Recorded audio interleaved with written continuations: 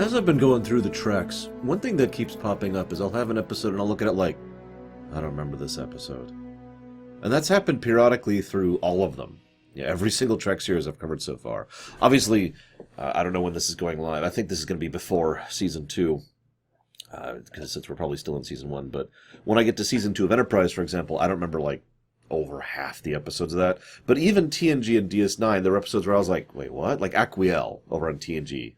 Where my reaction was, wait, which episode is this? So I walked into this thinking it was a completely different episode and walked in and was like, wait, what? Oh, it's a mental institution. That's the one where the captain takes it. No.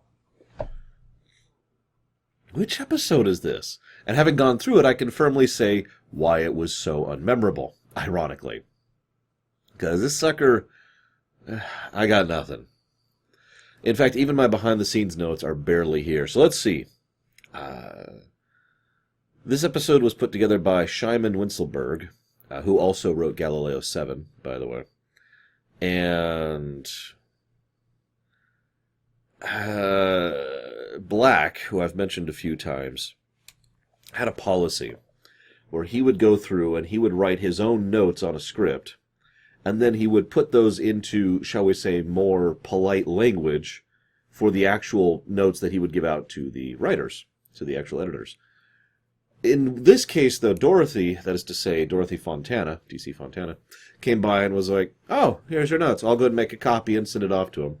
And Winselberg was apparently really happy with the brutal honesty that Black had done in his notes. Black himself was apparently very embarrassed by this incident and mentions that he kind of discontinued this policy going forwards because, whoops. I do have to also mention Morgan Woodward is in this episode. He plays Van Gelder. You may remember him as Captain Tracy over in the Omega Glory. So he hated his own performance here. He mentioned that several times. He was like, God, I overacted. It was terrible. And I have to admit, there is one scene where I agree with him. It's the scene where he talks about, destroy, like, death. Yeah, okay, that a little bit over the top. But that's only one scene. I think he did a pretty good job through the rest of it, my opinion. Playing someone who is effectively fighting off a constant mental pain caused by effectively, hypnosis. So the episode begins, and they try to beam down some stuff to the planet, and they can't beam through the shields. Ladies and gentlemen, this is it. This is the beginning of not being able to beam through shields right here. What's actually funny is this is a bit of history in two ways. That's one thing, because that'll be a very long-standing trend, or something that will not matter at all, depending on the individual writer, for the rest of Trek history. And then this leads to them discussing the nature of the institution, the penal colony, which McCoy, of course, hates because, it's a penal colony. Any cage is a cage, as he says. My favorite part is Spock's like, it's strange. You guys love organized violence, but when someone tries to be violent on an individual level, you lock them away. Which might be the dumbest thing I've heard Spock say lately. Wait, I bet we could top that. Because immediately afterwards, McCoy says, all right, what's your people's solution? His response is, we got rid of emotion. If there's no emotion, there's no cause for violence. Which is the dumbest thing I've heard Spock say since about 5 minutes ago. No, really. That is monumentally stupid. There are many, many, many logical reasons that have nothing to do with emotion to cause violence or to defend yourself against violence. So, sorry, Spock. No. This, I'm not impressed with the script at all, by the way. I'm just going to go ahead and get that out of the way. I was going to praise the security on the ship, but then immediately they figure out that something's wrong almost immediately, and then seconds later are taken out by a crazy guy who's barely thinking straight. Sure. So this leads to, okay. Where is it? Okay, so here's my notes. I usually use about a page per episode, roughly. Sometimes I go over. You see this up at the top here, this tiny little section? This is half the episode in terms of notes. I just had nothing to say for the entire first half of the episode. It just kind of meanders. And I was really weirded out by that, so I did a little looking. Apparently, this episode was developed out of a short story that he had written, and he just adapted it to this. And all of a sudden, a lot of things make sense, because some of the things that are stated don't really fit Star Trek. Some of the things don't really fit the characters in question. Some of the characters are basically XPs for other characters. We'll talk about that in a minute. And, of course, it feels like it should be about half the length that it is. So for the first half, I've got nothing. There's no mystery. McCoy has a hunch. No detail, no information, just he's got a hunch, and he pushes on a hunch, and for no other reason. Now, I'd be okay with that. Lord knows Star Trek likes to push its hunches, but Kirk really pushes back on this one. You'd think Kirk would trust his best friend and also best medical officer, but whatever. So they push, and they push, and they go down, and there's Lethe, and that's neat. This is also when we... I don't actually know if it's been really established before, but this is the first episode where it's made very clear that the patch they've got over here is relative to the ship or the assignment. So here they've got like the hand and the little bird and stuff like that. In short, the chevron that we all associate with Star Trek was actually originally just the symbol for the Enterprise, not the rest of Starfleet or Federation or anything. As you are quite aware, that eventually would be retconned to the point where the chevron would represent the entirety of the Federation and Starfleet in particular. Just interesting to think about. I'm not sure when that gets established exactly, but it'll be a while because we'll be seeing people with different patches for quite some time, at least into Season 2 that I'm aware of. Whoops.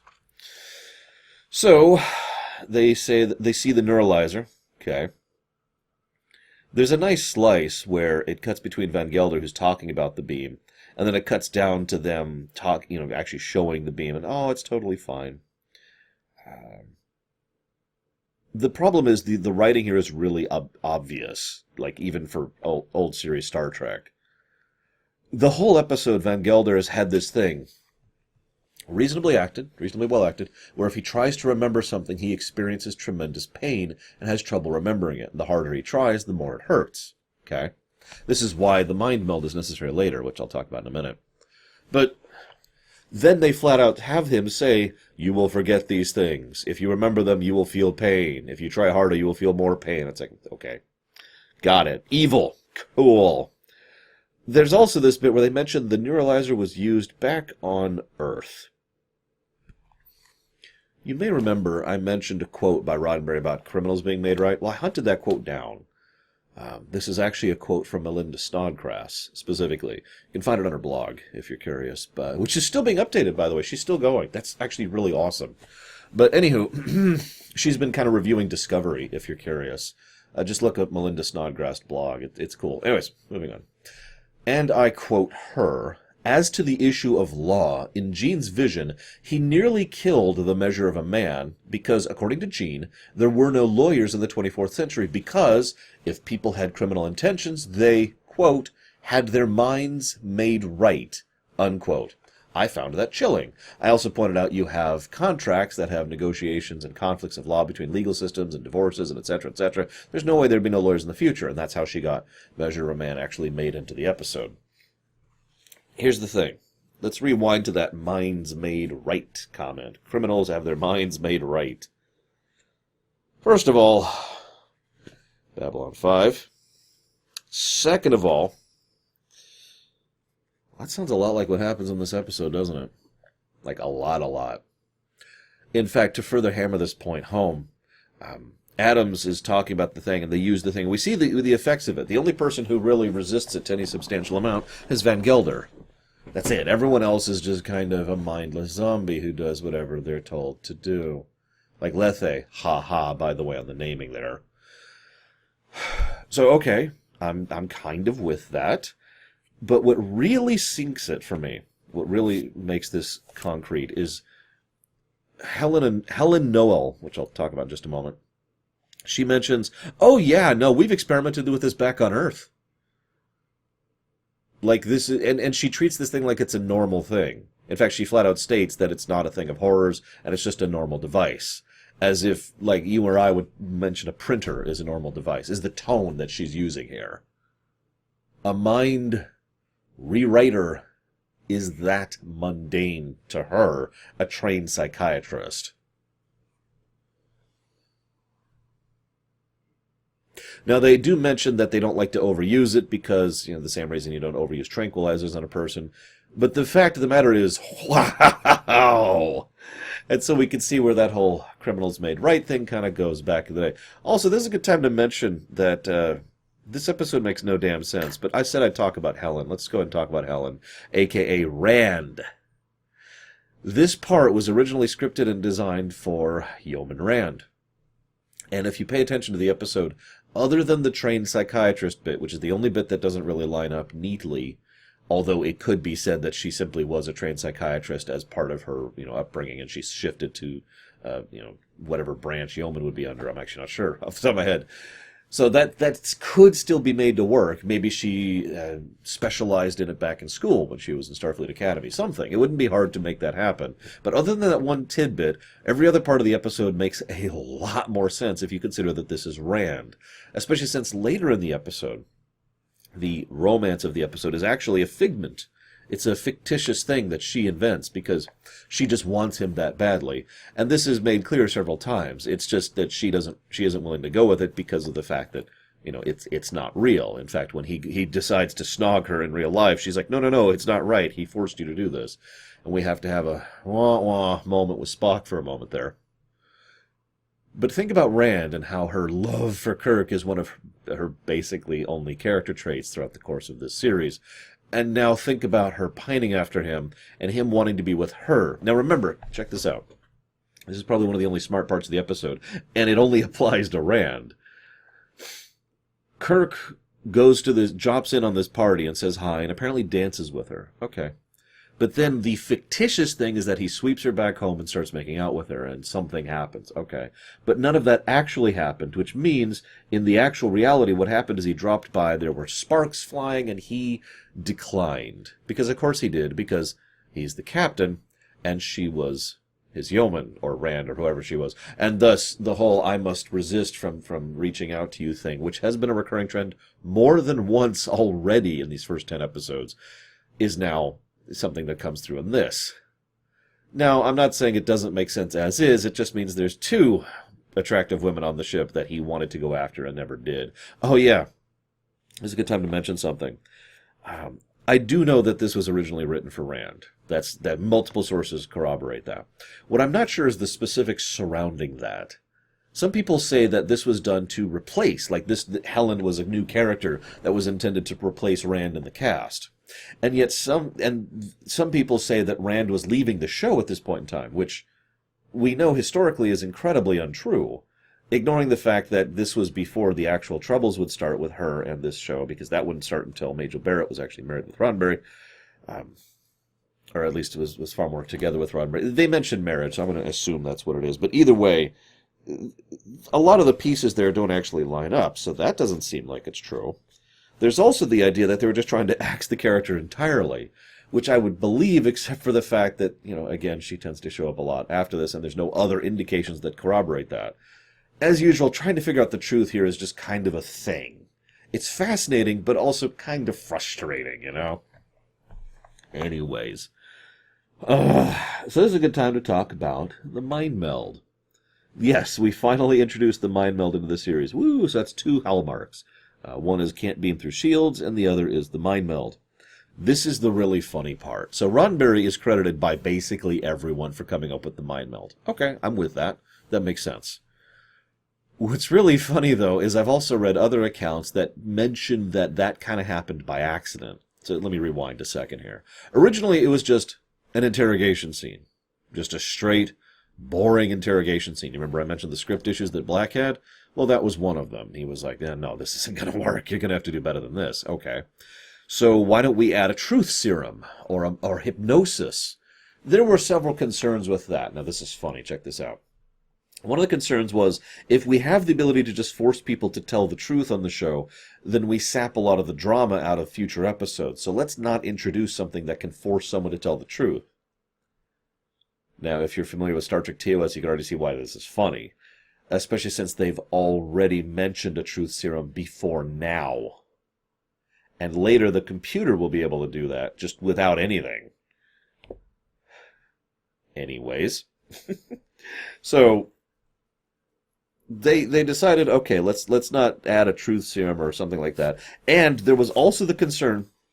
I'm sorry, I shouldn't laugh at this, but there was a concern that they might actually hypnotize viewers if they use hypnosis in the show. Yes, really. So they were stuck. There was this big scene where they had to find out the truth from Van Gelder, and they're like, what do we do? This is when they go to Roddenberry, and Roddenberry comes up with the idea of the Mind Meld, and it's like, aha! And so they come up with this, and they do it. And you'll notice that the Mind Meld looks and acts nothing at all like a Mind Meld. Now, that makes sense if you replace the words Mind Meld with the word hypnosis. No, seriously. Watch the scene where he Mind Melds with Van Gelder. What he's doing is putting him in a hypnosis. It is exactly written in exactly that manner. So you can tell the script was effectively unchanged, other than a few words. So that's why the Mind Meld is super wonky here. What's interesting, though, is Nimoy was really on board with this. He's been... One of the things that many people, including Black, who mentioned this in this book, and Nimoy himself has mentioned several times in several of his books and interviews, Nimoy tried really hard to establish and control Spock as a character. Now you're probably thinking, that sounds horrible, but no. Let me rewind a second here. You remember what I mentioned about the pseudo-Twilight Zone approach? And how they wanted each episode to not really have continuity? You with me on that? Nimoy wanted to have continuity. Not on the show necessarily. He knew better than to push for that.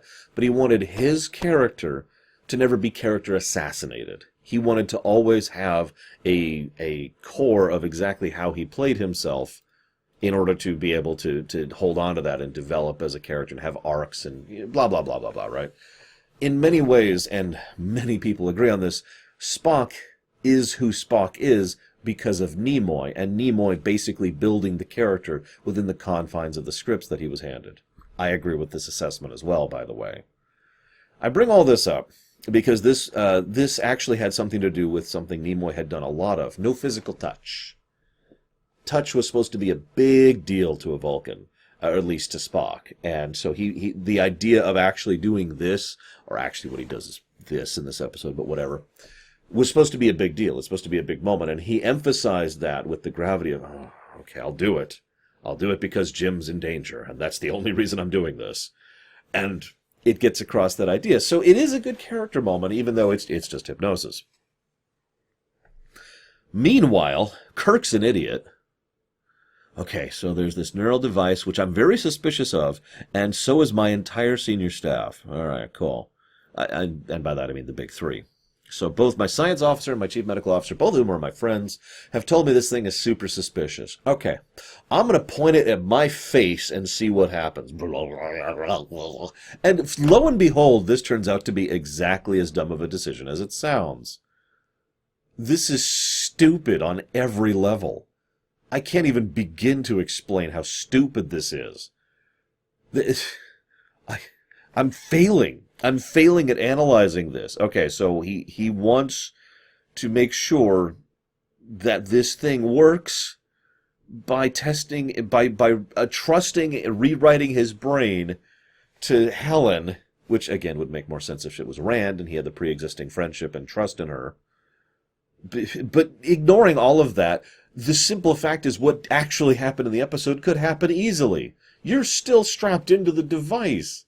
That's just the fact that she's at the controls now doesn't mean she's going to be at the controls in 5 minutes when you're currently under the brain beam.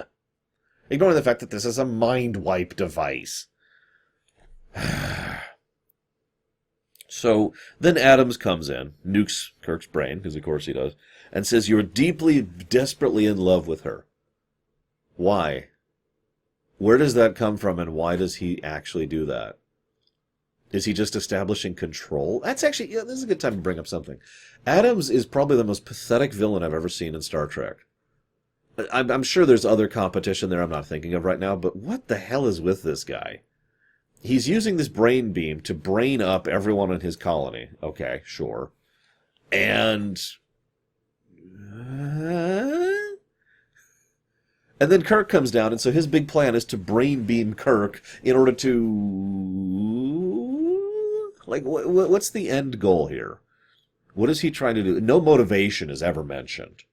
He doesn't even act evil. He just is presumed to be the bad guy because these things always have a bad guy, right? Then this actually gets even stupider. Check this out. So Kirk's got a phaser, right? Here, I'll demonstrate my phaser. This is actually my phaser. I know it looks like a Switch Joy-Con, but trust me, it's totally... No, so he's got his phaser, right? And he's like, okay, I gotta shoot the beam. And if he shoots the beam, it's over. He wins, the episode's done. Okay, cool. So he reaches up to shoot the beam, but then he drops it. Now, this is where things get stupider. Then he reaches out and brings out his communicator, which will be this other Joy-Con. Can you even see that? Yeah, kind of. Anyway, so he reaches out the other Joy-Con. It's like, okay. Then he says Kirk Enterprise. Now, that's important. That means he was able to resist the beam in order to ignore the order, which it would have been nice if he could have resisted the beam to press a button, which I think would be substantially easier to do than flipping open the thing and then speaking. I feel like that's an easier task. Then, check this out, he turns up the power on the thing and then says, do it, and then Kirk manages to try and call for help again. Why didn't he just shoot the damn thing? Did he roll a 2? More to the point, I do actually appreciate the fact that he can't communicate out. Why? Because that was actually established earlier in the episode when he tried to call Spock. Just nice little continuity. I'm praising what's there. So then there's Metal Gear Solid, air conditioning ducts. Okay, sure. And then they go and she shuts down the power, and then she's nearly killed, and then she kills the guy in return. A lot of death in this episode. 2 people die in this episode. And then the machine is turned on, and he's there, and it wipes, and it's at full power, and it wipes his brain, and he dies. Okay. But the machine wasn't on full power, wasn't set it high enough to kill. First and foremost, how do you know that? You haven't checked the device. And second of all, how do you know the device has a setting that's high enough to kill? And third of all, last I checked, this device was cranked to max when he was trying to reprogram Kirk. So on 3 accounts, no, you're an idiot. Then we add into the fact, no, he died of loneliness. What? Yeah, no, his mind was so empty that he simply died. Yeah, it sounds like your mind being emptied by an external device sufficiently to kill you would sound a whole lot like something, the device being high enough setting to kill you. So that's 4 accounts of her being stupid. I don't like this episode, if it's not obvious. There's a couple of good moments, and there's a couple of good performances. But for the most part, this is just a what? I'd say this is probably 1 step above Lamentation for me. Because there's nothing good here, with a few exceptions. But I do want to mention one other thing. This is the 2nd time now that a venerated Federation personnel is going to be the bad guy of an episode. How many more times do you think that's going to be up to by the end of the series? Like, off the top of my head, there's Commodore Jackass, there's the Daystrom dude, there's the Hitler dude, the historian. Oh yeah, there's Captain Tracy. There's the evil captain in the other Shrink episode, the other Penal Colony episode. That's 5 right off the top of my head. What the hell is wrong with the Federation in this era? Anyways, I hope you've enjoyed, such as it is. I mean, we had a string of good episodes. We had to run into a bump in the log, and honestly, I don't think I'm ever going to watch this episode again. This one's definitely going on the skip list. I'll see you next time, guys.